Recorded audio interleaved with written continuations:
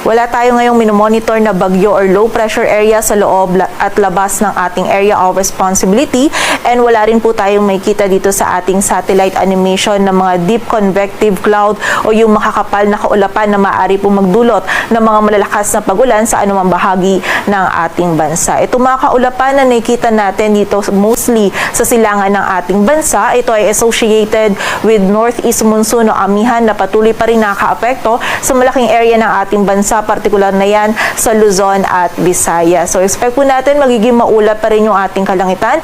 Posible pa din yung mga light rains dito sa Batanes, Cagayan, Isabela, Nueva Vizcaya, maging sa Apayao, Kalinga, Mountain Province at sa area din ng Bicol Region, dala po ito ng amihan. While dito naman sa Metro Manila and for the rest of Luzon, maging dito din sa malaking area ng Visayas, Northern Mindanao at Caraga, magiging bahagyang maulap hanggang sa maulap naman po yung ating kalangitan. Kung meron tayong mararanasan ng mga pagulan, mostly yung mga may hinang pagulan or pag-ambon lamang na dala ng amihan. And for the rest of Mindanao naman, possible po yung mga rain showers dulot ng mga localized thunderstorms.